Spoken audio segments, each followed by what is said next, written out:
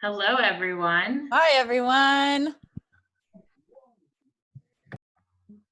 Thank you for being flexible with us today, and I'm glad you got the message. If you know of other folks who were going to be on this, if you could help them make sure they get the right registration link. We did a quick shift after we figured out that we wanted to make this way more interactive than a webinar would allow. So your cameras are working if you have them on, and you will be heard if you don't have yourself on mute. Just so you know, a little bit. Hi, Stacy. Hi, Althea. Hello, everyone else too. I'm just seeing some names here. So while we're waiting, hi. So while we're waiting for other folks to enter the meeting, what I would invite people to do is to follow my lead. And on your screen, in the upper right corner, there's going to be a little blue ... and you can rename yourself. What I would ask for you or invite each person to do is to put your first name, your pronouns, so mine are she, her,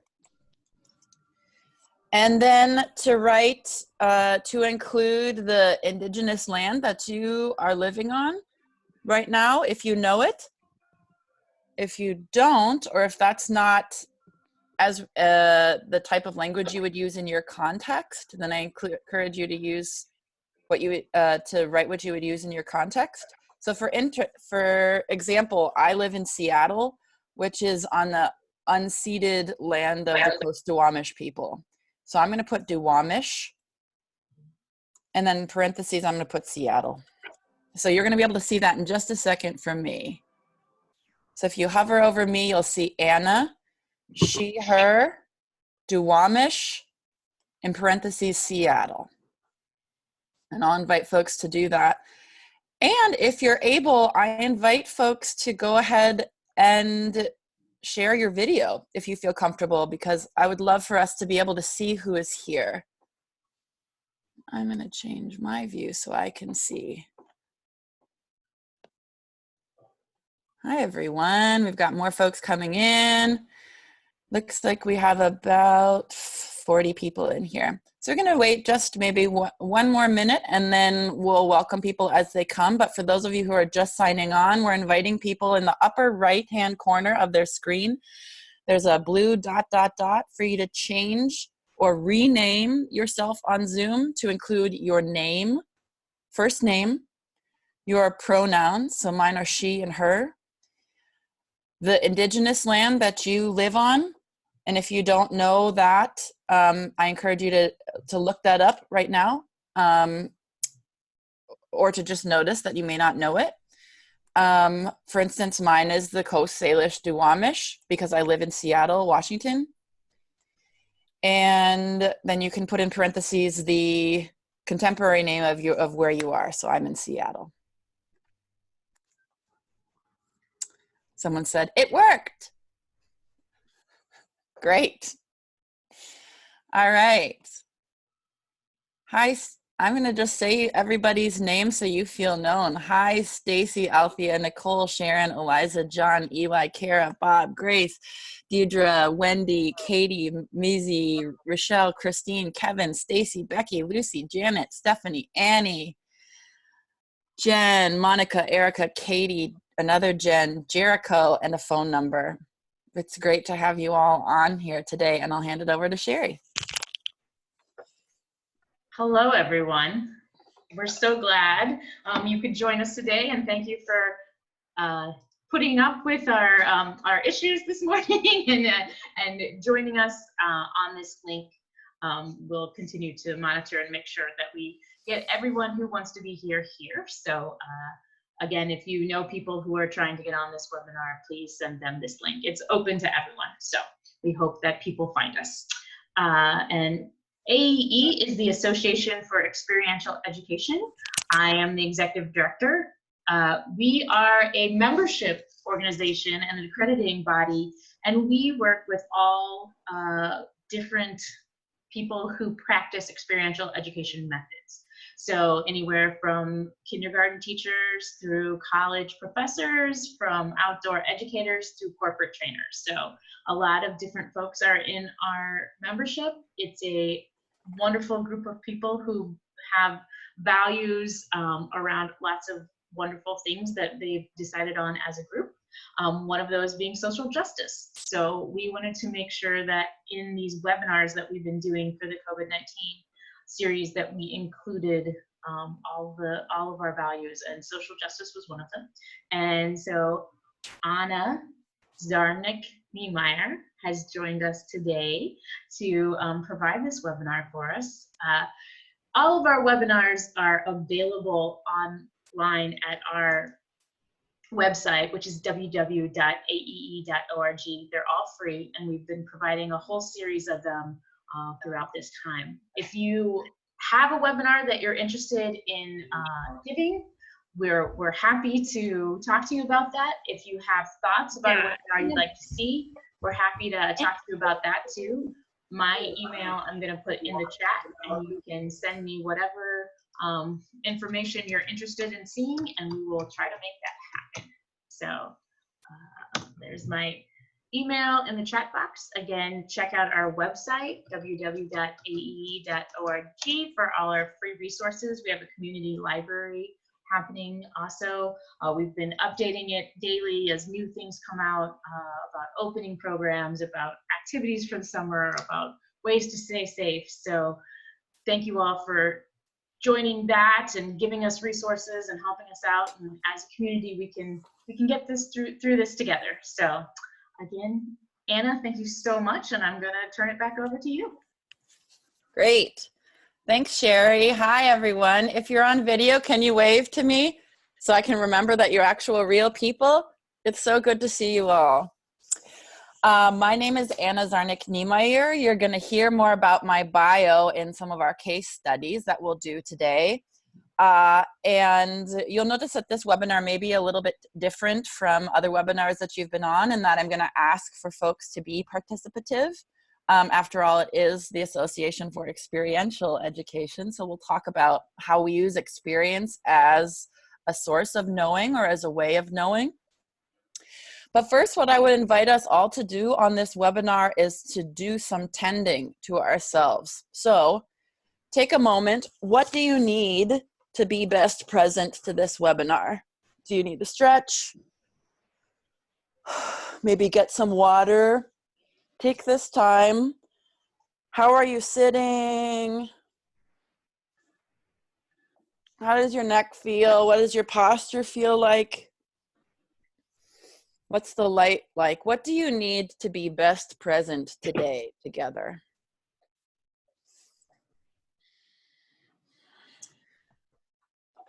Another thing I would invite you to have around you is, again, we're going to do some things that are a little analog, is just, if you're able, a pen and a piece of paper, or a pencil and a piece of paper. You can also use your phone and type things in. That's fine too. But what do you need to arrive today, to fully arrive? And for those of you who are watching this and your video is off and are listening or doing the dishes or tending to your loved ones or school, putting your kids through school, that's all great too. We're glad you're here. Okay.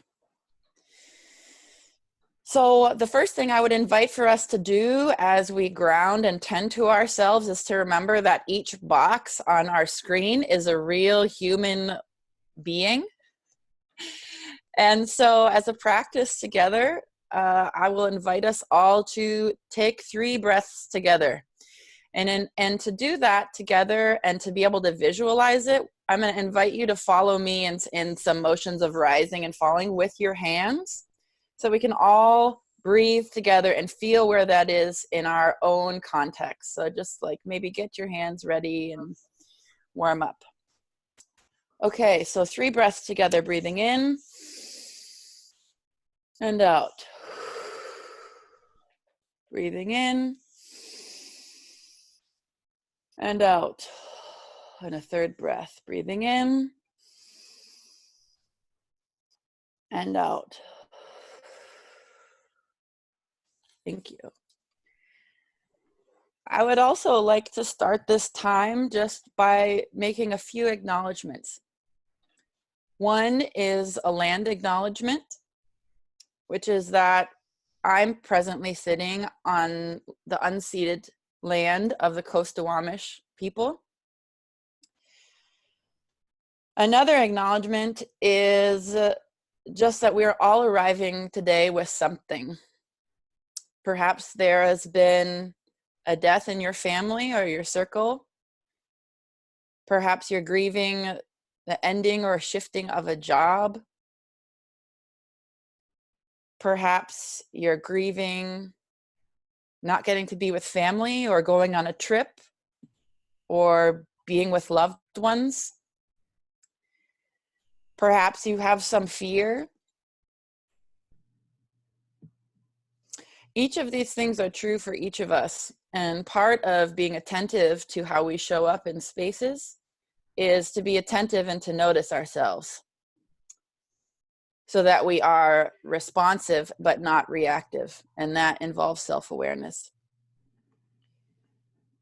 Another acknowledgement that I'd like to do, and I have 2 candles that I've lit here, is that even though COVID-19 is going on right now, which presents unique challenges and unique examples of differences in power and privilege, typical violences are still occurring, unfortunately typical. And today, what I opened up my feed to was a story about George Floyd, a Black man in Minneapolis, which is in the Midwest where I'm from, being killed by police.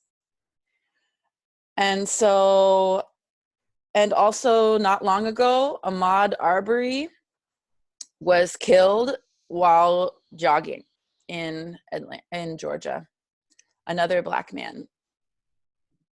So what I would like us to do is to notice how it feels in our body when I bring that up in the beginning of the webinar. For me, it lands right here. My chest feels tight. And to breathe 3 times together and acknowledge George and Ahmaud and whatever it is that you're bringing with you today as real humans. So I invite you to do your hands again. Breathing in and out. In and out. Breathing in and out. Thank you. So I have my candles for George and Ahmaud right next to me today. I want to express some gratitude first to a couple groups of people. First, I want to express gratitude to the 4 incredible practitioners, women of color, who we will be hearing from today in case studies. We're very fortunate and privileged to have one of them actually on with us. Althea, would you be able to raise or wave? Althea Banda Hansman is coming to us from Cape Town, South Africa today. And we'll get to hear more from Althea in her case study. I feel gratitude to Althea. I also feel gratitude to Vicky Fan Yang, who is a clinical social worker here in Seattle. So gratitude to Vicky. Also to Tolu Taiwo, who is the Associate Director of Access Programs at Puget Sound, the University of Puget Sound, who we'll be hearing from. Gratitude to Tolu.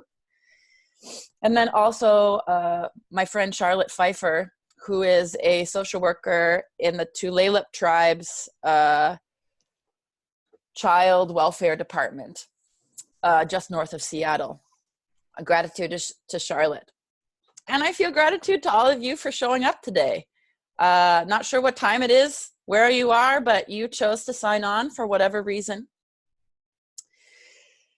What I invite you to do now is to take a moment and think about how it is you arrived today.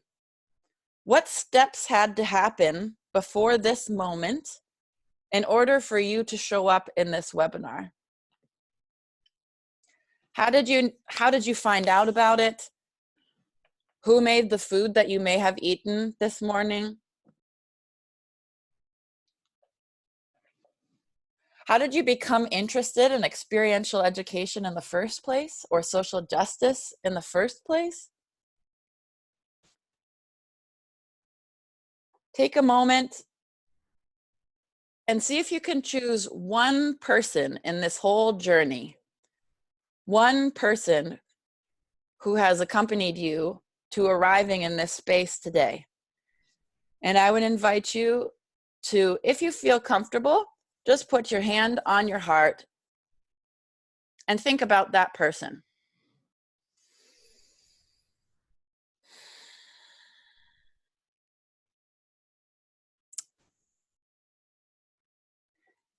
And what I'll invite you to do with your other hand is to unmute yourself. And on the count of 3, we are going to utter that person's name aloud.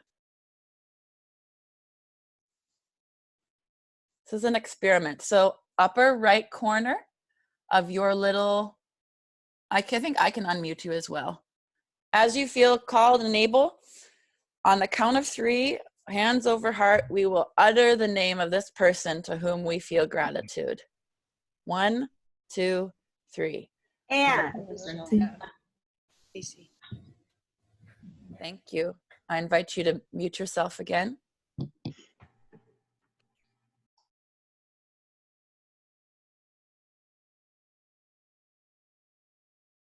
You're muted.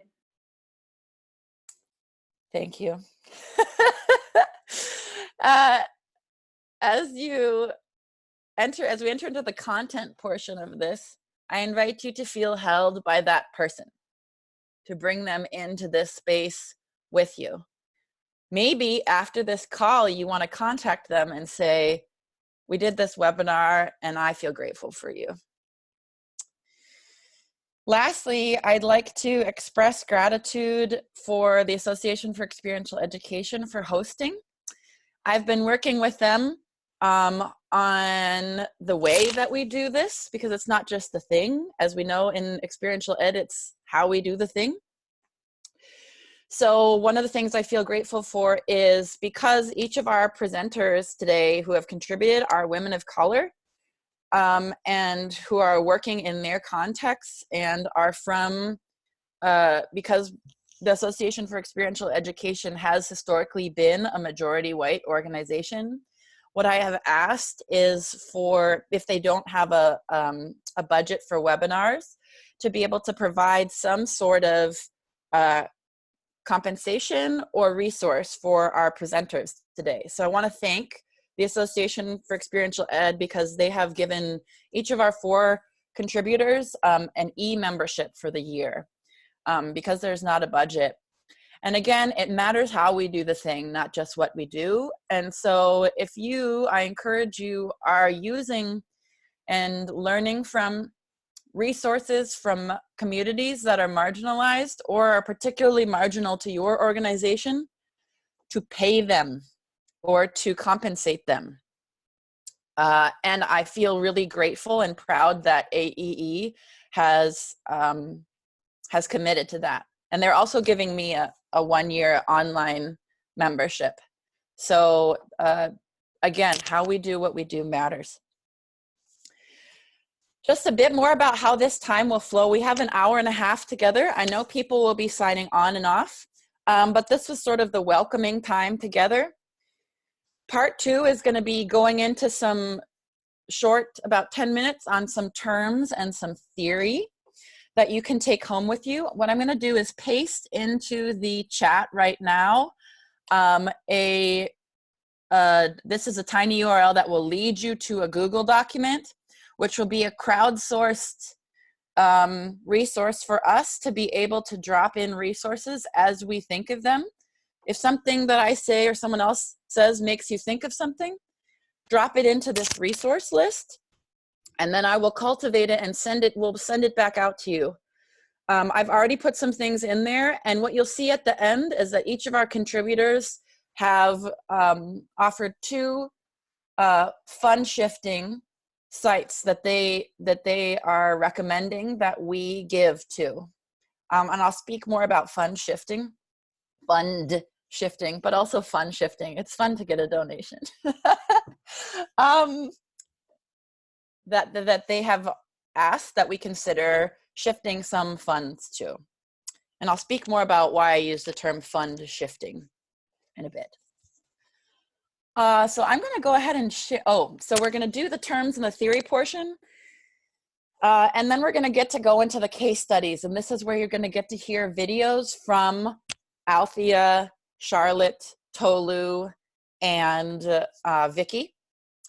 And then we're going to break out into small groups using a particular methodology of sharing. So after we do the case studies, we'll do a closing. Again, I'll share the resource list again. We'll breathe together again.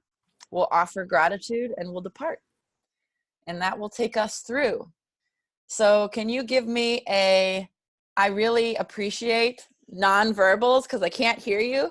If you give me a thumbs up or I'm excited, something like that. And I invite you to turn on your screen if you're on this call. If you can't, that's totally fine, but I invite you to turn on your screen. Remember, we are learning with real people right now, wherever you are. Again, adding, if you have just come in, your name, or you can rename yourself, it's in the directions, your name, your pronouns, the indigenous land that you live on, and the contemporary name for that land. Sound good? All right, thanks everyone. It's so good to see you all. And it's also weird to not be able to hear your laughs and breathing and feedback. So I'm just rolling with it and trusting that you're with me. And trusting also that if you need to attend to your own body, that you will get up and do that and come back. Or not come back, but check in later with the resources. So we're going to be using 4 kind of theoretical terms today. The first one is transformative justice. I'm putting this in the chat. The second one is the respect guidelines. Third one is white supremacy culture. Hi, Jeanette. And the fourth one is called mutual invitation. The links for some of these are also in the crowdsourced document.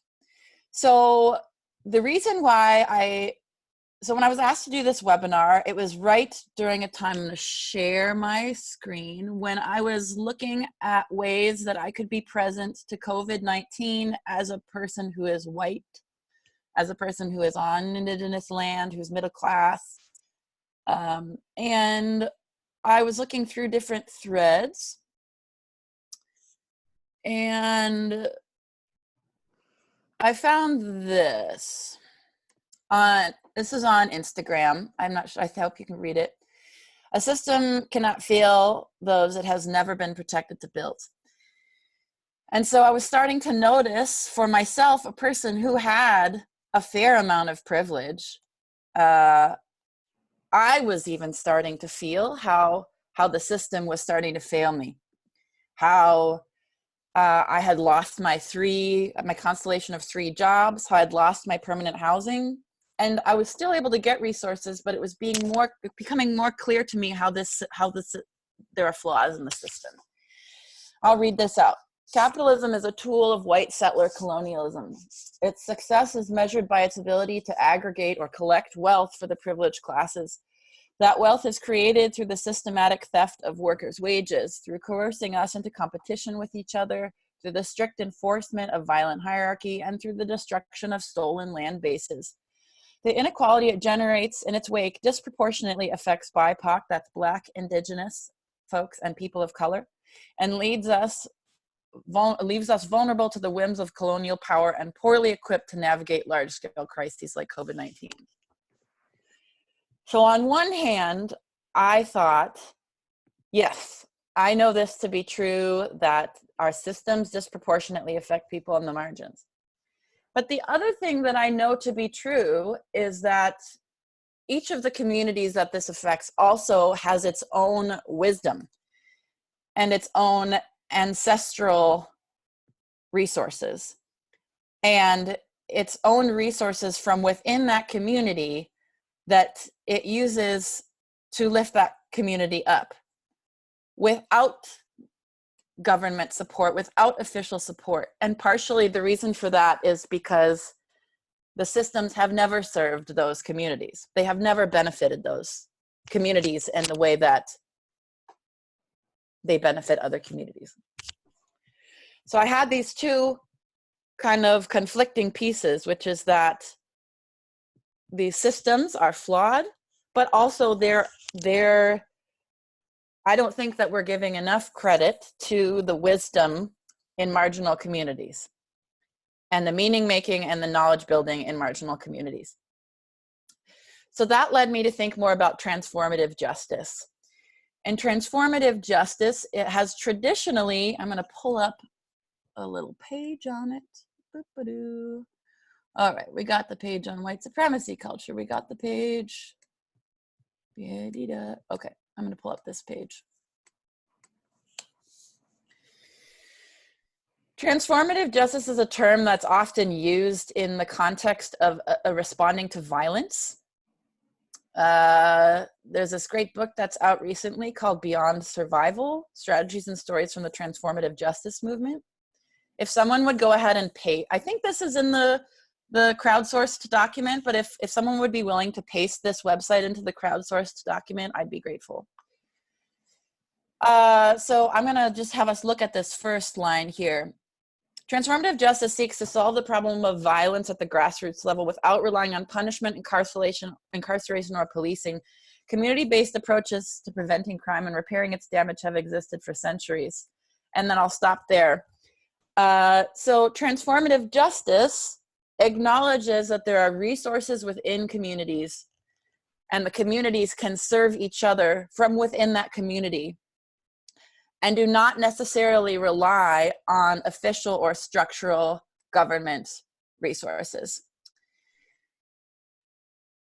So I'm using a frame of transformative justice for this, and that's how I was led to ask those communities to share what's going on in those communities.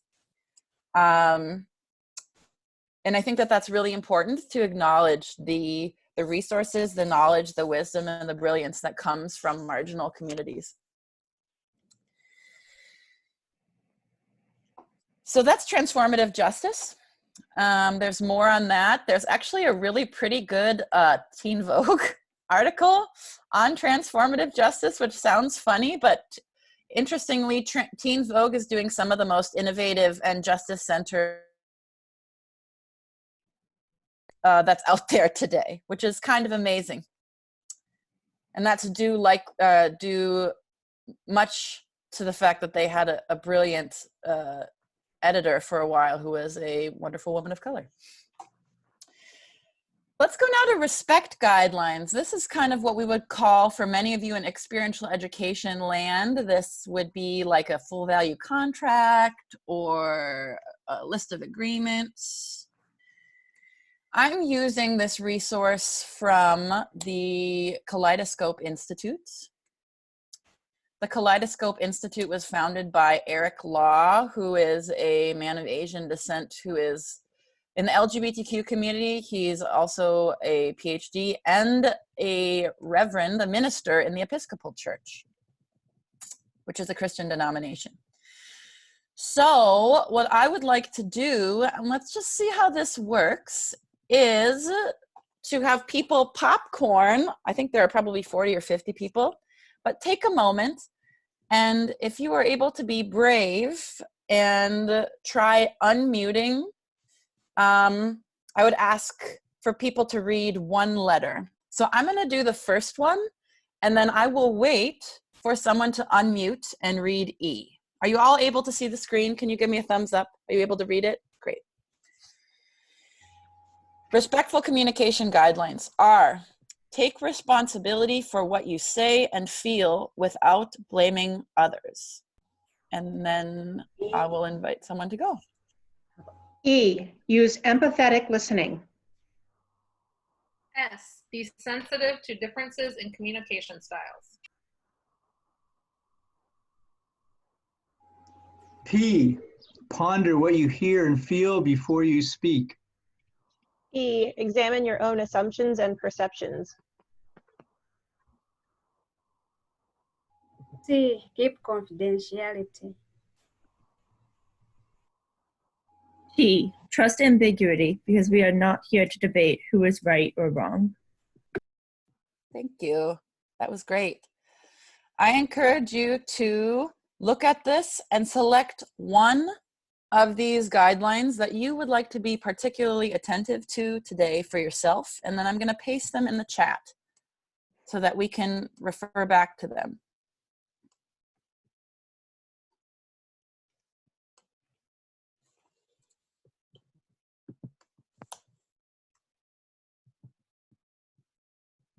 Can you give me a thumbs up once you've selected?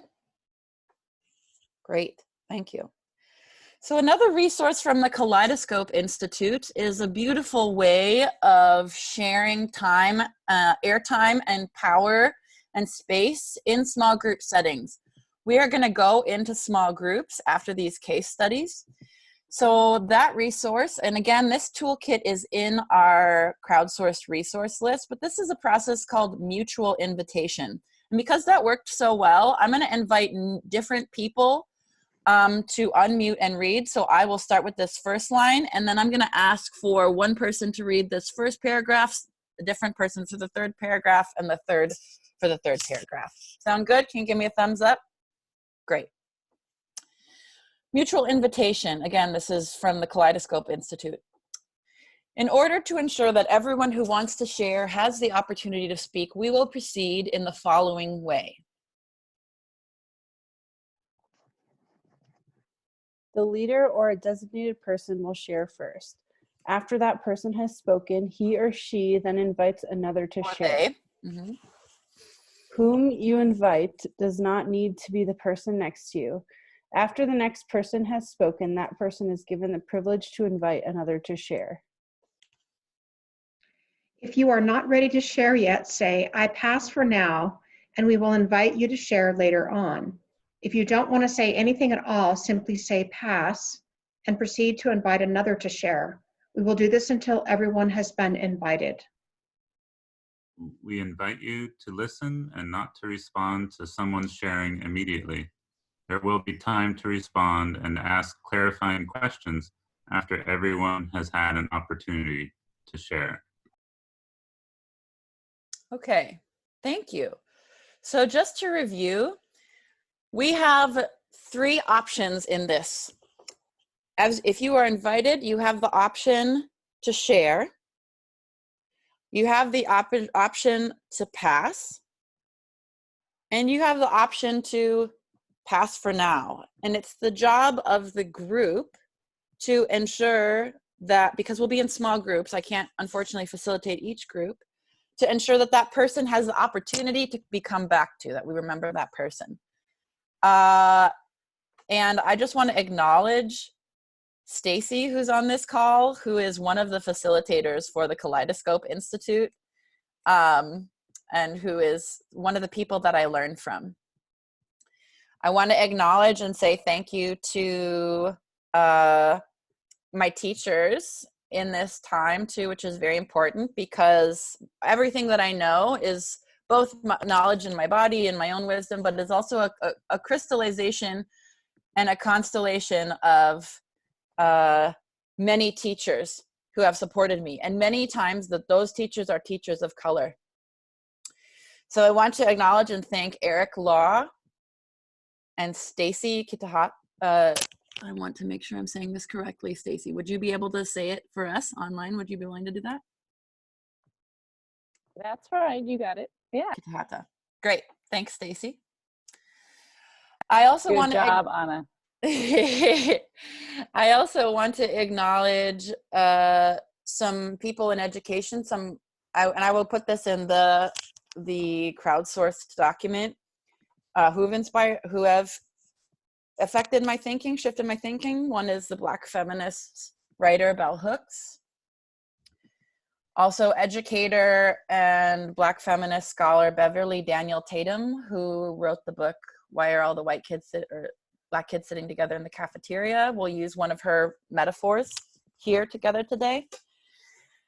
And as I continue to go on this webinar, I'm going to keep giving gratitude to those who have taught me, particularly to name people of color who have affected my thinking, and people from marginal communities who have affected my thinking on this content. So the last piece we will go to, so just to review, we went through transformative justice, respect guidelines, and mutual invitation. So the fourth term or theory that we will lean on today is what's called white supremacy culture. So I'm going to open up the resource here. Boop-a-doo. White supremacy culture. I have this great extension that allows me to suspend things until I need them so that it's using up less space. Great. This is in the crowdsourced workbook. White supremacy culture.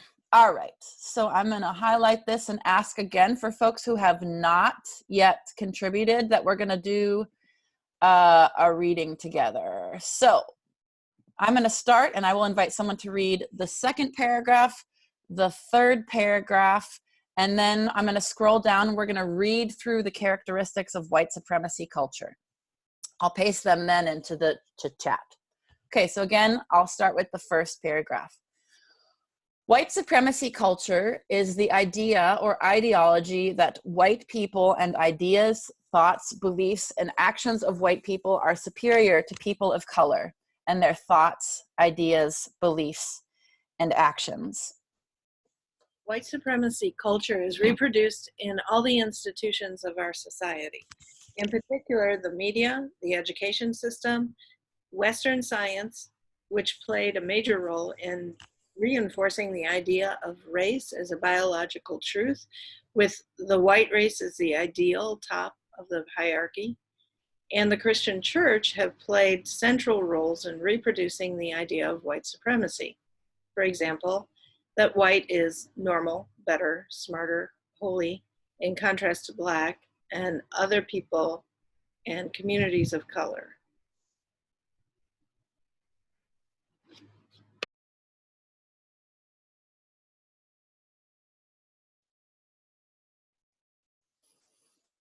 Would another person be willing to read the next paragraph? White supremacy culture is an artificial, historically constructed culture which expresses, justifies, and binds together the United States white supremacy system.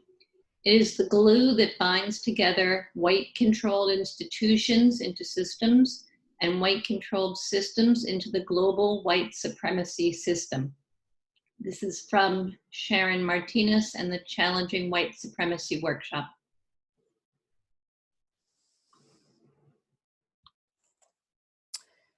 And then would somebody be willing to read the last two mini paragraphs? Thank you.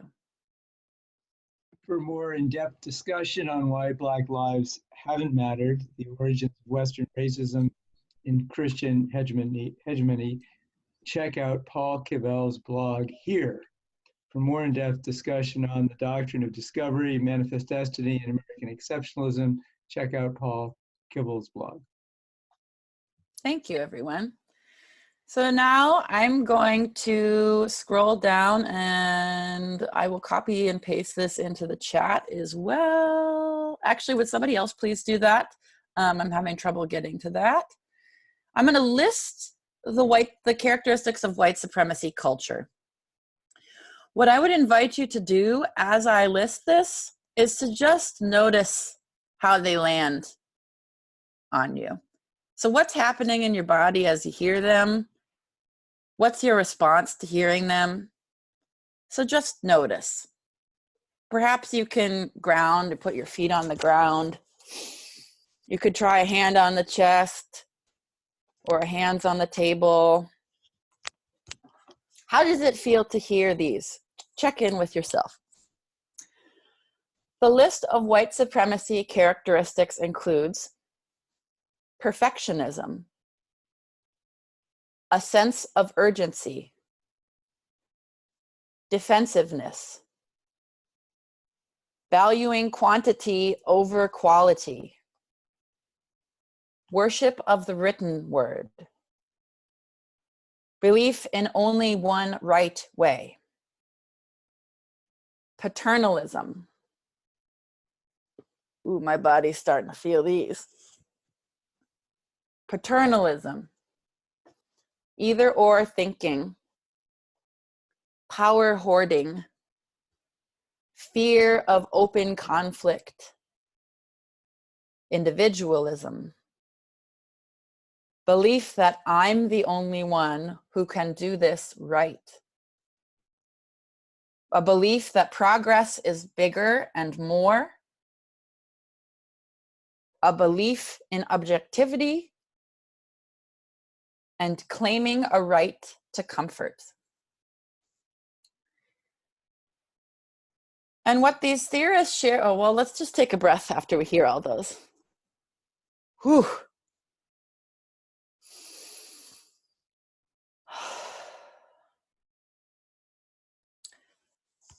What we know and hear about white supremacy culture, we can see here. It's powerful because it's present, but also difficult to name and identify. So it's like you're the fish and the water that you swim in is white supremacy water. And it comes in through your gills. And you may not even know that there's land above, because all you've known is this body of water. The other important piece to know is that it's not the fault of the fish that they are in this water, that it comes through their gills, but it is the responsibility of this fish, especially upon becoming aware that they are swimming in this water, to recognize it and be cognizant to it. I want to highlight this piece here. Let's see if I can. We all live in white supremacy culture, so these characters show up in the attitudes and behaviors of all of us, white people and people of color. That's pretty insidious. So a lot of my own work on myself and my noticing has been focusing on these characteristics and how they show up for me and in my body. Now, what I would invite you to do now is to take a look at this list and find one characteristic on this list that you would like to be aware of in yourself as we listen to the case studies. If you have a piece of paper next to you, I would invite you to write it down.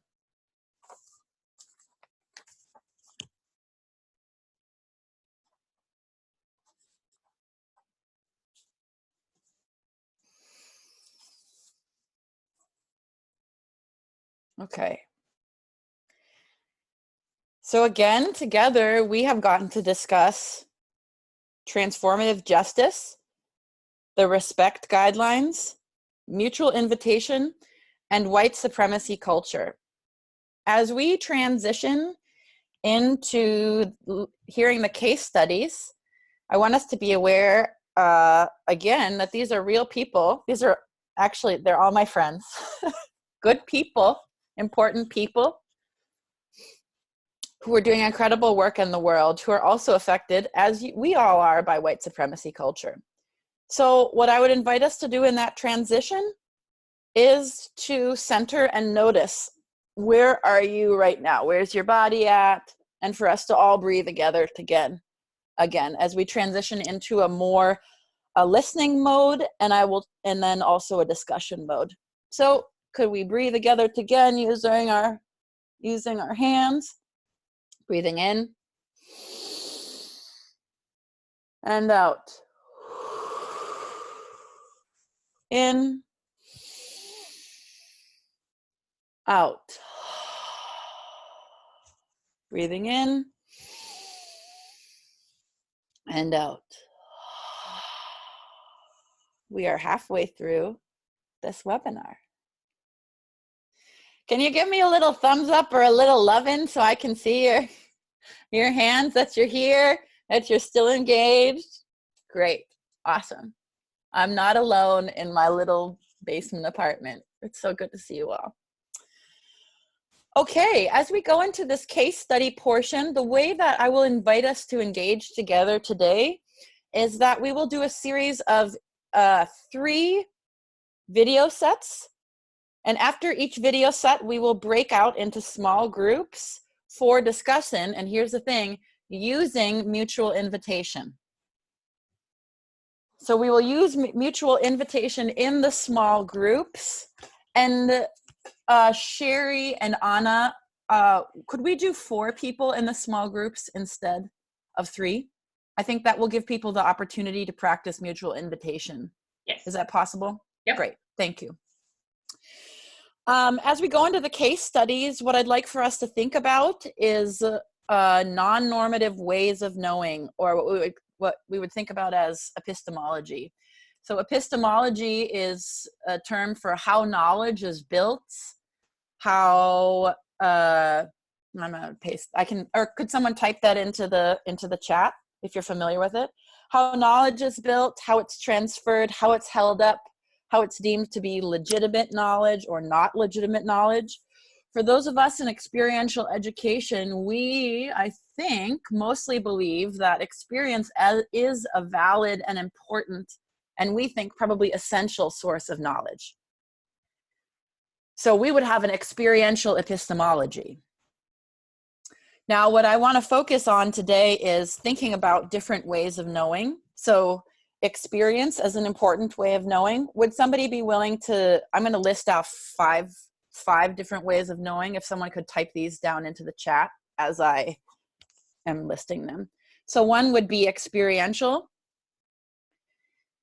Another way would be physical or somatic. So understanding that our body has wisdom and knowledge in it. Community knowledge. Storytelling. And spiritual or sacred knowing. Okay, so these are all, and of course there's a much longer list than that, but all of these are ways of helping us think. When I hear this, I think, oh wow, I really have been trained in white supremacy culture to the worship of the written word, to think about either or thinking, to think about knowledge as it exists in academia, right? But we know that there are other ways of knowing, other epistemologies. And that's what we're going to be focusing in on today. Is in the case studies, we are going to be hearing stories from communities of color, serving communities of color. And what I encourage you to do is to, again, notice your body. We have already included elements of the spiritual or sacred. We are gathering in community. So we're focusing on non-normative or alternative epistemologies today. Thumbs up if you're on board. Great, thanks. Okay, so again, we'll be sharing the case studies and then breaking out. So what I wanted to do is to model this, because often we think about, when we talk about race, we talk about people of color, and it's important, it's essential to acknowledge whiteness and to name whiteness, and to name that whiteness brings with it a particular experience. So what I've asked each of the folks on this call to do is to answer a series of questions. I'm going to unshare my screen. Stop share. To answer a series of questions that they are putting in their videos. I went ahead and answered the same questions for myself as an exercise I wasn't going to do this, and then I recognized, oh, I think I'm probably doing exactly what I teach, not against, but teach to be aware of, which is not naming whiteness. So I asked Vicky, Althea, Charlotte, and Tolu to answer the following questions. Let me see if I'm going to scroll on down. Okay. Name and pronouns. My name is Anna Zarnik-Niemeyer. My pronouns are she and her. Your context. This is open-ended. My context is that I am a white anti-racist woman.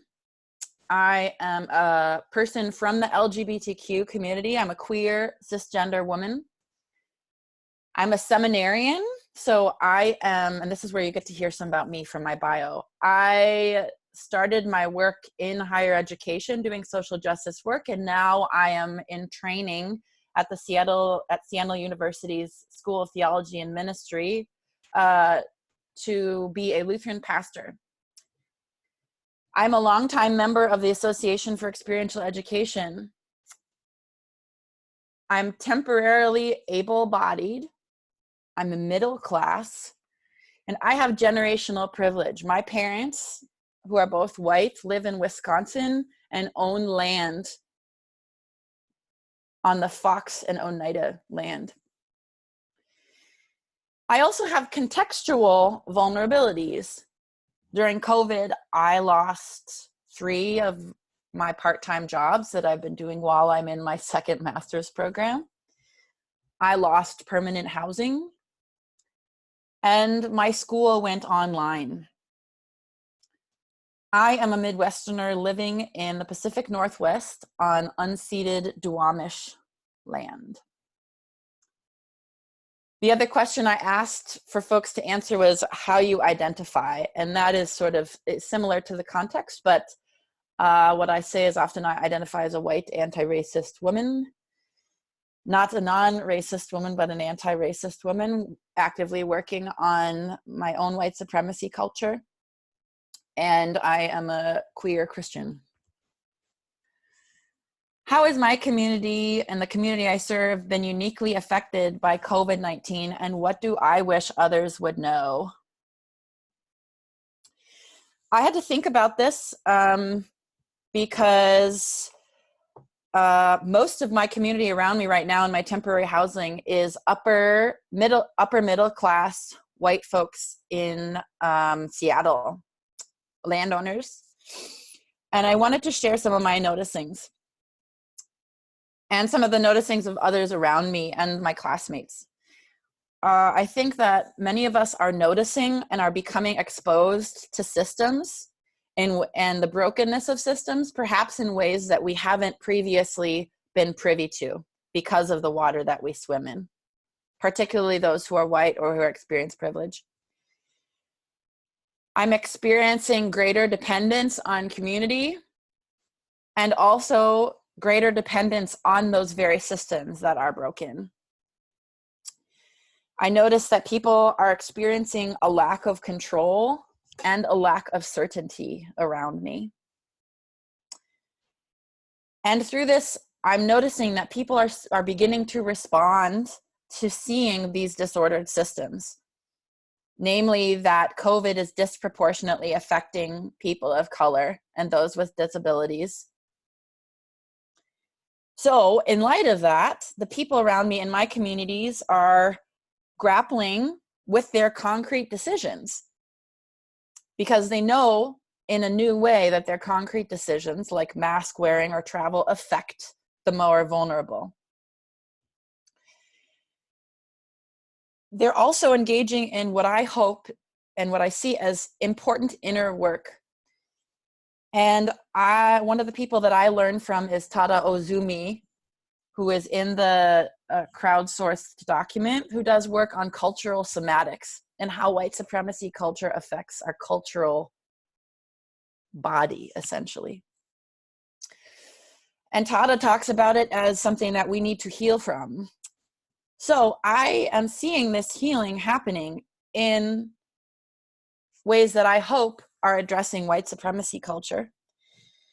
I see an increased attention to inner work through therapy, attending church, but also through things that are not spoken or communal, like cooking, doing slow food, gardening, being more connected to the land that we're encouraged to be disconnected from, particularly as white people. Doing crowd funding or fund shifting. And what I mean by fund shifting is acknowledging that I have these funds, I have more funds than other communities for a reason. Because I have been supported and have benefited from systems, I have resources that are a result of that lineage. So in that sense, we are often used to calling it gifting or donating. One piece of language that I've been encouraged to use is fund shifting, which is the funds that have been shifted into my direction because of my privilege, I'm choosing to shift into other directions, including mutual aid. So I have chosen to tithe, which is to give 10% of my government subsidy of $1,200 to the organizations that will be listed in the crowdsourced document. And I will also list in the chat that our contributors have recommended to us. Tithing is also used in the Christian church. It's a 10% giving model. And in terms of the last question I asked for people to answer was, how is your community, what solutions and supports are you seeing created by your community? So what's coming out of your community? I am starting to see how white allies are beginning to see these systems and are learning about them and sharing about them. And one of the ways that that's happening is through, in Seattle, there's an organization called the Coalition for Anti-Racist Whites. And each subgroup of CAR-W is accountable to a group that's led by people of color and are doing fund shifting to those groups as directed by people of color. Finally, I asked people on these videos to share what solutions or sustaining elements from your communities are sustaining you now. And for me, that is leaning into my spiritual sensibilities and letting my seminariness show even in a webinar for a secular professional organization. So what I will invite folks to do is to take a moment to just pause, and while Sherry then goes to Charlotte's case study. So I modeled this for myself. We're going to then go to Charlotte Pfeiffer's case study, and then we'll break into small groups, and I'll give directions then.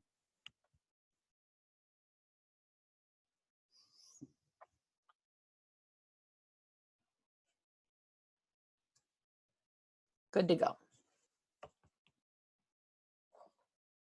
Also, I can screen share if there's issue as well, Sherry. Just let me know.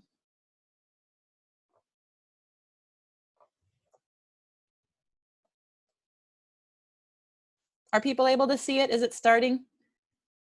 No? Okay. Sherry, I think I'm gonna shift to screen sharing, and I will do this for Charlotte. Okay. Share desktop. Share. Charlotte. Okay, are folks able to see? Yeah, all right. So, whoop. And here's Charlotte. Hi, my name's Charlotte Pfeiffer. I use she and her pronouns. I'm an urban Indian living in Seattle, and I am a social worker for Tulalip Tribes in their child welfare department. Coronavirus has been wreaking havoc in Indian country. Pretty hard to describe. I feel like all areas have been impacted. Native Americans are particularly vulnerable in a number of ways. Despite treaty rights given to most tribes, there's a very high instance of food insecurity, homelessness, chronic disease, there's lack of running water on many reservations, and so on and so on. Indian Health Services, which is supposed to provide the medical provision laid out in many treaties, has been severely underfunded for decades. And they're really struggling with the current crisis. About 40% of tribes have casinos, including the tribe that I work for. And the casino revenue is what we use to try and fill in those huge gaps left from the federally underfunded programs. But our casino's now been closed for a couple of months, so that money's not coming in. So our kids keep coming into care though, so it's been really unfortunate. We're operating on a skeleton crew. It's been really hard for us to find placements. A lot of families just aren't in a spot to bring in another kid, which is understandable, and our kids still need a loving home. Our youth are really struggling as many of their services that they usually utilize have shut down. A lot of them aren't really getting special education services, and a lot of the therapeutic services are kind of on hold right now. Lots of the kids that I work with have above average mental health or behavioral needs just due to the significant trauma or abuse and neglect histories. And while they are amazing humans who I deeply love, they can be very challenging to group. They can be very challenging to parent, even on the best of days. And our caregivers really aren't getting any break right now. Daycares and other activities are closed. Respite opportunities are pretty non-existent. Facilitating visits between parents and their kids or between siblings who've been separated has been another huge challenge. As we all know, seeing a loved one on a screen is not the same thing as in person, and holding your phone is not the same thing as holding your baby. One of the things that's getting me through right now is a social distance powwow that's happening on Facebook. I love it. It's folks all ages posting videos of them dancing, singing, prayers for hundreds of tribes and traditions. It's been a much needed connection. It's been a really cool way to see our community come together, and it's been a huge lift for me. It's honestly probably the strongest sense of community I've ever had online. And it's been really fun to watch it evolve over the weeks. We're now seeing lots of celebrations of some of our youth who are graduating. Even saw a little 5-year-old who had their graduation cap and gown on for a graduating Head Start earlier today, which was adorable. Folks are celebrating sobriety achievements, honoring fallen warriors, saying thank you to our essential staffers who are still working. I've also been really excited to see an increased interest in the emphasis in traditional medicines, or kind of incorporating more traditional hunting and gathering practices into folks' daily lives, sort of spurred by the food shortages most of us experienced in stores, and kind of reckoning with that high chronic disease rate and just the poor quality of food that's available in a lot of our communities. And so I've been really excited to see folks going out and harvesting in a good way and connecting connecting to those activities that our ancestors really engaged with themselves, and most importantly, connecting us to Creator and all those fellow beings on Earth. I feel like that really gives us a sense of purpose. It grounds us. It connects us. Something I would like to encourage you to do, particularly for folks with more privileged communities, love to encourage you to get proactive. Think of a couple communities who you're not connected to yet, and use the internet to see where those community hubs are in your local area. If you've got some, donate a little money, read up on what's happening, what's the big news within that community right now. A lot of this info is at our fingertips, and I know it can be challenging, particularly in the middle of a crisis, to take the time and energy to explain what's happening in my community. I feel like I have to kind of justify why our well-being should be important.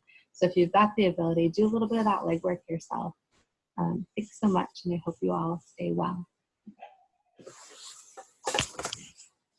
Okay, so that's Charlotte. Let's just give some gratitude to Charlotte. Charlotte is, as we speak, doing that important work. What I'm going to do is I'm going to modify so that we make sure that we hear all the videos. We're going to do 2 breakout discussion groups as opposed to 3. So I'm going to show you one more video. This is, let's see, this is Tolu Taiwo from the University of the Pacific. Can people see? Thumbs up? Great. Hey y'all, my name is Tolu Taiwo, and I'm a 29-year-old Black and queer Who was educator, there in Seattle and Washington. I think my context just for making this video is really thinking through all my identities through COVID-19 and what's going on, but also trying to be cognizant about the communities that I serve and organize with. The thing that I think about the most when I think about COVID-19 right now is just how Black folks are disproportionately getting COVID-19 and being underserved in the hospital, which that is nothing new, but I think we're seeing it tied up with this COVID-19 health crisis, and it really breaks my heart having some just existing or pre-existing conditions and having friends and family who identify as Black also have these conditions, to be both scared about getting COVID-19 but also scared that if they go to the hospital that they'll die and be denied treatment just because of medical racism. I also live in Seattle and see a lot of homeless folks, particularly a lot of homeless folks of color, right? And I think this is not the time, there's no time to be homeless, but this is not the time for us to deny folks affordable housing. There's a lot of risk that folks have on the streets when we talk specifically about anything, but mostly COVID-19. The thing that's bringing me hope right now really is working with an amazing organization called Queer the Land. And the whole dream is to give affordable housing to cutie POC folks in the Seattle, King County, whole of Washington, hopefully area. We know that right now, more than ever, because of the health crisis, folks need to be housed and to be felt safe. And it's just amazing to be working with some dope organizers to be doing this work. It's just, I'm grateful for them. I would consider them my organizing home, and even though I just joined, it's just really amazing to be with folks who can do that work. I also just am amazed, like I said, I'm an educator, and I've been seeing a lot of students check in with each other, especially a lot of students of color, just making sure everybody's okay, doing just like check-ins, helping out, and it really just inspires me to do better when I see my students being amazing. So that's what I would say. Yeah, I hope everybody has a great day. Stay safe, think really critically about how I think just all forms of oppression are tied up in the health crisis and how we respond. And that's all I have to say right now. Gratitude to Tolu. Thanks, Tolu. Okay, so we're gonna break into small groups. Are you set up for 4, or I'm just looking at time? I want to make sure that people get a chance. You set up for 4, or is it easy to go down to 3, Sherry? Either way. Let's go down to 3. So we're going to go down to small groups of 3 in your discussion groups. And here's your directions. We're going to be using mutual invitation. It's a little harder with 3 people, but I'll invite the person whose birthday is closest today to start. And then you'll use, each person will invite the next person, and you can either share, pass, or come back to you. And what I would ask you to share, again, you have 6 minutes, so this is 2 minutes each. Something you noticed watching these videos, and something you wondered. Again, so mutual invitation, something you noticed, and something you wondered, and you'll each have 2 minutes. And I will go to Sherry. And Anna, you said 6 minutes? Yes, please. Okay. So to save time, we're gonna send everybody there automatically, so you won't have to click anything. And I'm also gonna set up the breakout rooms to close automatically after 6 minutes. So I'm sorry, I know that's very definitive, but we'll do it that way this time. Sound good? Great. And some rooms will have 4 because of numbers. And then we'll have a second set of videos as well.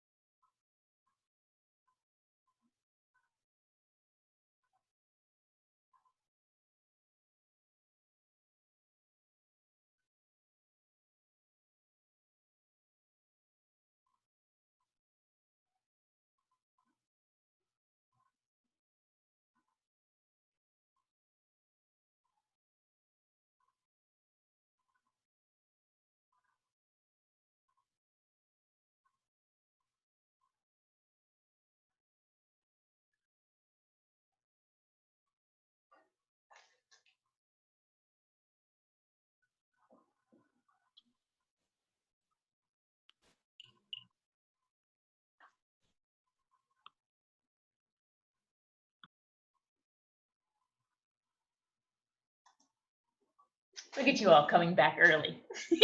So good. We thought we were perfectly on time. It's fine. Great.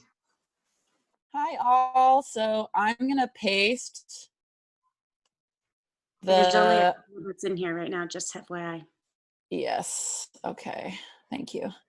I'm gonna paste the info, the organizations that they recommended right in here.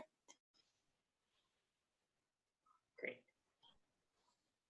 For fund shifting. They cut us off. Okay, folks, welcome back. So sorry we got cut off. That's okay. A lot of good discussion, it sounds like people had. Thanks for sharing in your groups. We're going to go into the next set of videos so that we respect your time. And Althea, I have a question for you. Would you like for me to show your video, or would you like for me to allow you to speak live? Or not allow you to, invite you to speak live. Thank you for asking. You're welcome to show the video. Okay. I don't know where it will go. Great. So what I have done is identified some spots, because Althea is like just an incredibly prolific person. So longer video, but I will post the video to the resources page. So I'm gonna just share some clips of the video so we can learn a bit more about Althea and her context. And then also we're gonna do an activity that she leads us in. So this will be about a few minutes, and then we'll close with Vicky's video. Sound good?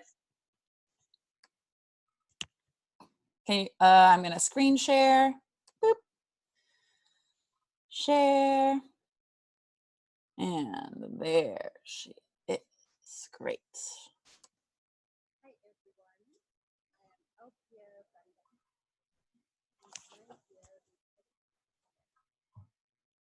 My gender pronoun is how do I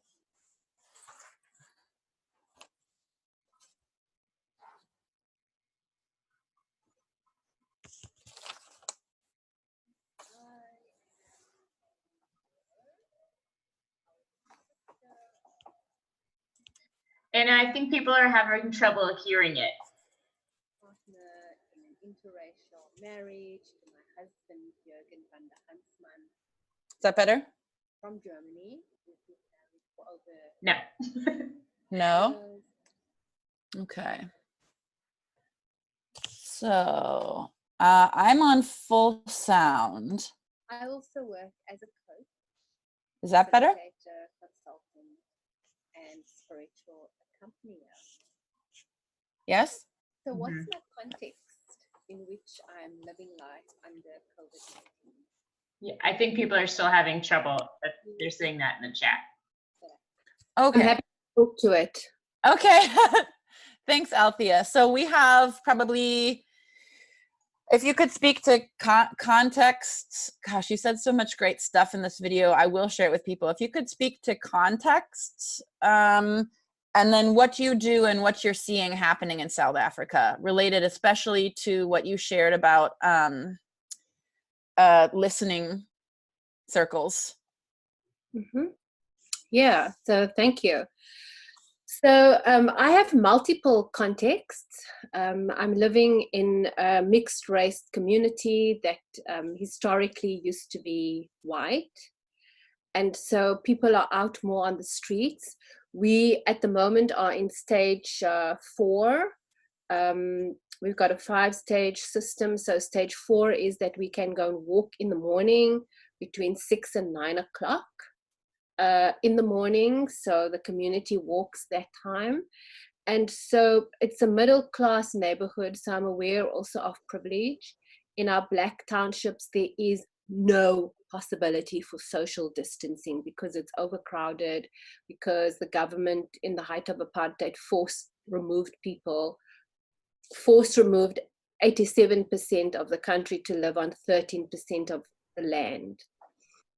What else is my context? I'm a coach, I'm a facilitator, I'm a consultant, and I offer spiritual accompaniment, walking with people in the process of emerging into their futures that are on the horizon and listening to what's heart and soul for them.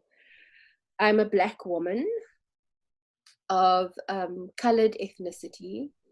So the term colored in South Africa, that's very different in the US, was a term given to everybody. The government didn't know how to classify racially because we come from mixed racial heritage. So we got dumped into this group called colored. What else about my context? Anna, you'd have to time me. Oh, Great. so what? Yeah, like 2 more minutes. Yeah. So what I'm noticing is that I'm spending more time every week intentionally listening to my friends and other people more than before, and my colleagues are also doing that. I just did a workshop with a white South African guy. We co-facilitated with some editors in Hollywood how to create space to listen and think together. My colleagues who are coaches and facilitators are offering space to listen to clinicians, so the frontline doctors and nurses who are tending to people during COVID-19. And what we are noticing is that some folk in the healthcare community, it's very difficult to ask for help and to be vulnerable because they have to be so strong. So I think this time is going to test our concept of what we think is strong. What else did I share? You shared, maybe in closing, you could share what has been a helpful practice for you. Oh, what has been a helpful practice for me has been the body prayer. And the body prayer is something that can be done in any faith tradition or non-faith tradition. And essentially it is 4 movements. And I've learned this from the 14th century mystic Julia of Norwich. And it's 4 movements. And so I use my contextual music from my context, and I mix it with someone who's come from Europe in the 14th century. And the 4 movements is simply at the side of your hips to await. Just to wait for what comes, what doesn't come, for God as God comes or does not come. To allow, so hands above, the head, to allow whatever is to be, and to allow the intimacy between ourselves and God. And to receive, and we receive into our heart. The heart is such a vehicle of compassion and relatedness, and to attend. So hands wide open to attend. And I think one of our tasks in this time is to attend to the reality. So that's one of the tools that I've used, and I notice often when I pray that prayer, I weep, particularly for the traumas of our context. Thank you. Wow, we're really lucky to have gotten Althea on with us. Thanks and gratitude to Althea. I want to go right away to making sure we have time for Vicky and then closing. So we'll watch a short video with Vicky and then close with some gratitudes and some breathing. It's gone by fast. So here's Vicky. Oop. So we're going to go to screen share and Vicky. Share. Here she is. I'm a 1.5 gender. Hi everyone, my name is Chief of Pronouns, and I am a 1.5 generation immigrant. I was born in China, and I'm currently living and working. Can you hear it? Oh, shucks.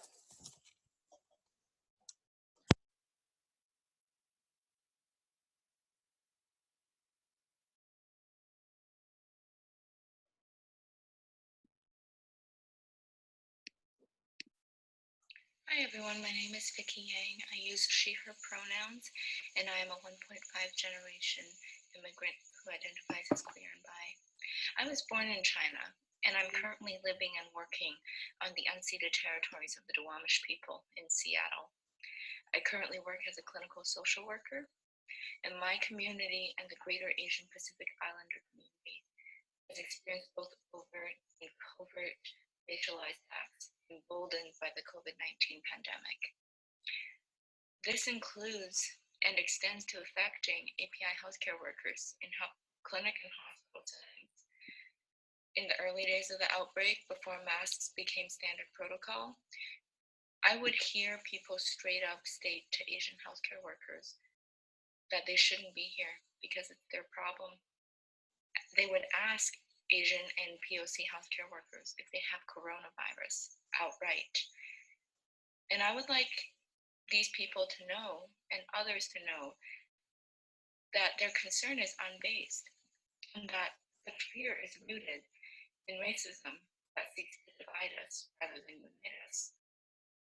I'm proud of how Asian and Pacific Islander communities in Seattle are taking care of each other through the creation of new connections online and supporting local businesses and other various examples. I'm even more proud that community is speaking up and highlighting racist actions as they happen, refusing to be silenced by the targeted violence and hate crimes popping up in many of our neighborhoods.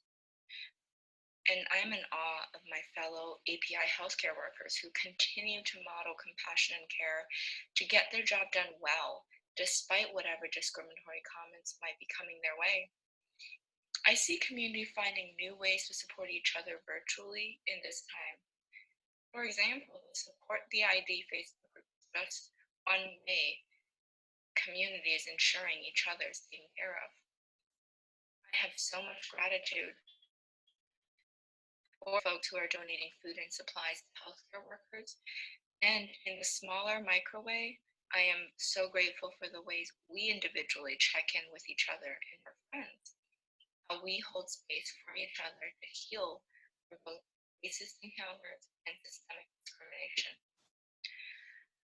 And lastly, I also remain in awe of just my cancer patients whose determination and strength knows no bounds as they come in week after week to get their treatments throughout this pandemic. One thing sustaining me right now is staying connected with my family through virtual means. Knowing that they are healthy and well make it easier for me to get on with the rest of my day and handle any challenges that come my way. Another thing that sustains me quite literally is food. Food is how my family shows their heart, and certainly with more ease than words, food conveys love in Chinese culture.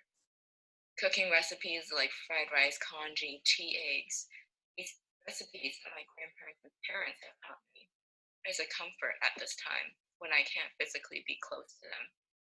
And I encourage folks to cook more, to share those recipes with their families, and to enjoy the food that have been passed down from generations. My grandma says that nothing in life is more valuable than our good health, so we all need to eat better. And certainly no amount of money is gonna bring us back poor health or heal us from poor health. This leads me to end with two hopes. One is that we take care of ourselves, our emotional, physical, spiritual well-being, so that we can take care of our communities. And the second, I hope that we can give ourselves more grace when we aren't our best selves. This pandemic is a marathon, not a sprint. And we are allowed to feel tired, to feel grumpy, to feel fed up, to feel like it's a shitty, shitty world. Because right now it does feel like it's in shambles, and it is. It won't always be this hard though. We just need to keep surviving using the tools that we've cultivated within ourselves and the ways that our ancestors have taught us. Thanks, everyone. Thanks, Vicki. So I know we're right at time. What I would like to do is offer gratitude to each of you for being here today to offer your insights to each other in groups. I wish I could have been in on all of them. I encourage you again, so here are the two, to fund shift. So if you are a person who has the means to be able to shift a portion of your COVID relief check, to consider fund shifting to some of the organizations listed, and I will type Vicky's in the chat. We're also going to resend the co-created resource list, if there's anything else that you think of, to this group. So I would invite folks to breathe. Can I also share the full Althea's video as the question? Yes. So what I'll do is share, in addition to the resources, I'll share all 4 videos in full.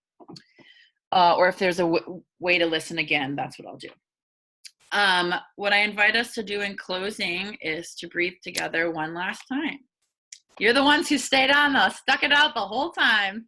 So thanks for being here. Let's all unmute ourselves, and if you can come to the video, I would love to see everyone as we close. It's been so good to be with all of you today. All right, breathing in and out. Breathing in and out. Breathing in and out. Thanks so much. If you have follow-up questions, I'm putting my email in this bridgebuilderconsulting.com in the chat. And gratitude to each of you today. Thank you. Thank you, everyone. We'll have the recording of this up on the website, as well as any other